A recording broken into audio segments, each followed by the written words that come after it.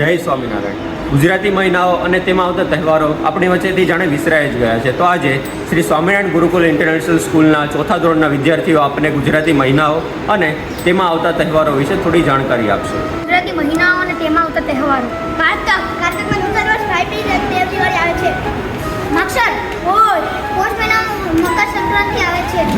આ મહિનામાં વસંત પંચમી અને શિવરાત્રી આવે છે. ફાગણ મહિનામાં હોલી અને ધૂળેટી આવે છે. ચૈત્રમાં રામનવમી અને મહાવીર જયંતિ આવે છે. વૈશાખ મહિનામાં અખાત્રી આવે છે. જેઠ મહિનામાં ભીમકલા. અષાઢ મહિનામાં જગન્નાથ યાત્રા અને ગુરુ પૂર્ણિમા આવે છે.